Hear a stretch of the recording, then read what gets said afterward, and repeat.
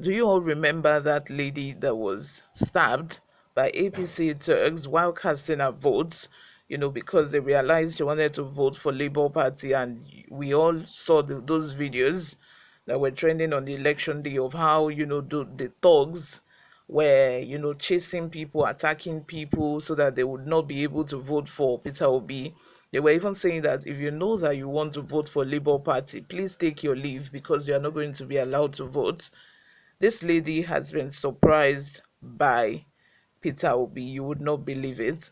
Before we go into the details of today's news, if you haven't subscribed to this channel, please do well to subscribe. Turn on the post notification bell so that you'll be the first person to get notified whenever we upload a new video.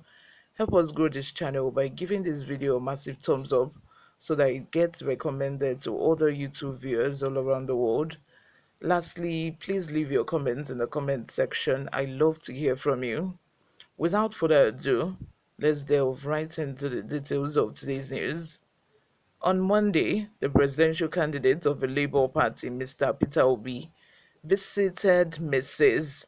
Jennifer Efidi, the young lady stabbed by alleged thugs of the All Progressive Congress (APC) while she was trying to cast her vote in the just concluded presidential poll.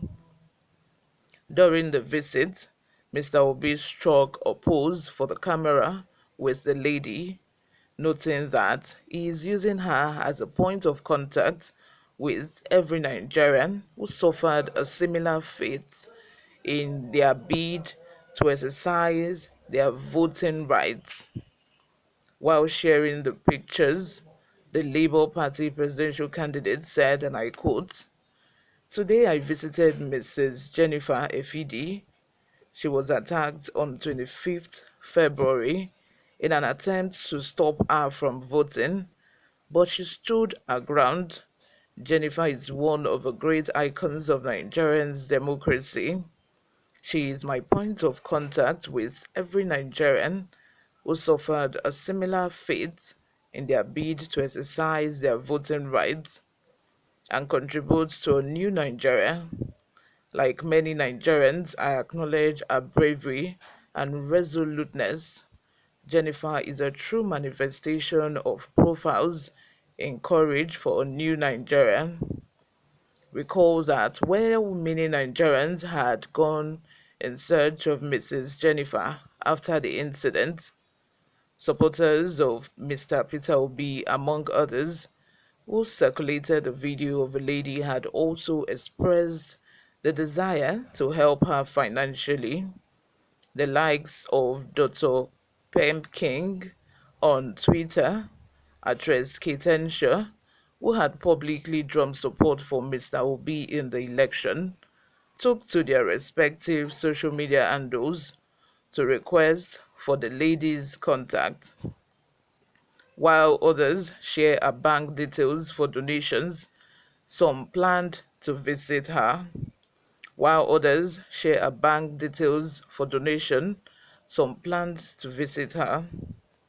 Meanwhile, videos of acts of violence in the presidential election had surfaced online, stirring the reactions of many.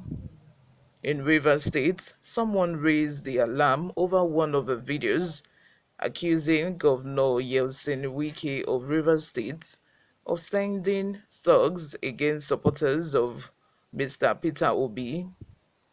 In the video, some thugs were seen shooting at Mr. Obi's supporters who scampered for safety during the election. My God, like, is it do or die affair? Why must you shoot at innocent people that just wants to exercise, their rights, their voting rights? This is really bad. Let's continue. In Cross River State, the state police command apprehended 16 persons for alleged engagement in electoral violence in the state. It will be recalled that the presidential election was held across the country last few days ago. The police public relations officer in the state, SP Irene Ugbo, was quoted as saying These ones here refused to adhere to several warnings by the command. They decided to follow desperate politicians for little stipends. We have been hammering it before now that electoral violence and thuggery is a crime, but they refuse to listen. We will charge them to court so that they can face the full wrath of the law. That is very good. The money they collected from those politicians, they will use it, to bail themselves or to do court proceedings, or probably the politicians will come and bail them if they truly love them so much.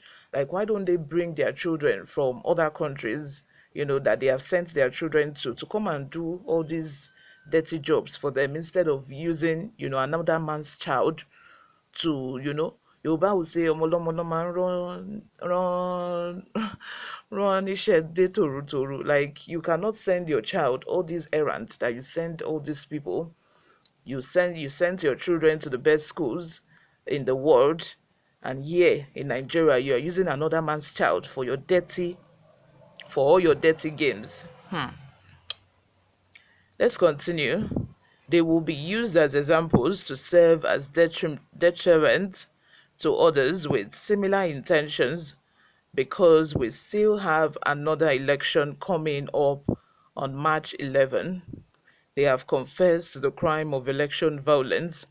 Some of them were arrested while working with the chairman of the opposition party in the state and a senatorial candidate of a party in the just concluded senatorial elections. We will invite all those involved to come and give us their statement. That's very good, because the politicians needs to be present as well, to see the kind of trouble that they've put these people into. Probably these politicians should be arrested as well, because why not? If these criminals are able to prove that they were sent by these politicians, I believe that these politicians as well should not just go scot-free, but also, get punished for it. They should also be charged to court if truly they can prove that, they were sent by these politicians. But let me know what you all think in the comment section. Subscribe if you haven't. I will see you in my next video. Bye for now.